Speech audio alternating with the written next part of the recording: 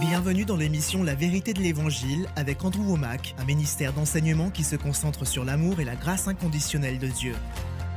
Nous avons une meilleure alliance fondée sur de meilleures promesses et nous avons accès à une meilleure relation avec Dieu. Nous étions désespérés et le message d'Andrew nous a apporté la vie. C'est comme si la vie sortait de la télévision. Tous les domaines de notre vie ont été restaurés. Et maintenant, voilà Andrew. Bienvenue dans notre émission La vérité de l'Évangile. Aujourd'hui, je poursuis une série commencée la semaine dernière intitulée Esprit, âme et corps. Il s'agit d'un enseignement qui parle de ce qu'il se passe à la nouvelle naissance. C'est votre esprit qui est changé.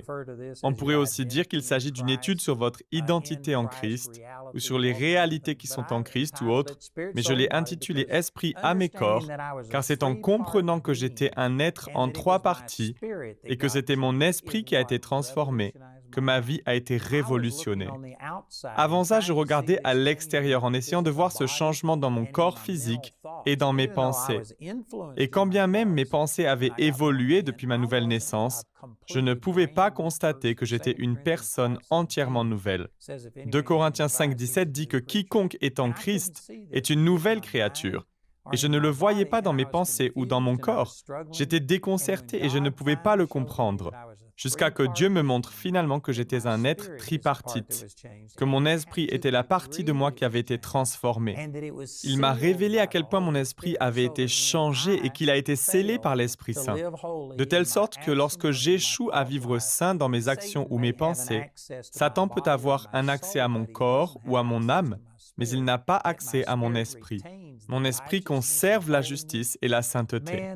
Comprendre cela a tout changé. Un feu s'est allumé en moi et maintenant, 51 ans plus tard, je vous assure que je ne m'en suis toujours pas remis. C'est la chose la plus révolutionnaire que Dieu m'ait jamais montrée.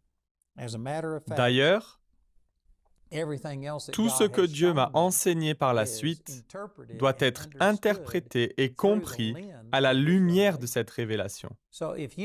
Donc, si vous ne comprenez pas que vous avez été entièrement changé et jusqu'où va la transformation de votre esprit, si vous essayez toujours d'avoir une relation avec Dieu basée sur vos actions et vos propres pensées, et que vous ne comprenez pas qu'il y a une troisième partie de votre être qui a été créée en justice et en vraie sainteté, que tel que Jésus est en ce moment même, tel vous êtes dans votre esprit, si vous ne comprenez pas cela, il vous manque les fondations.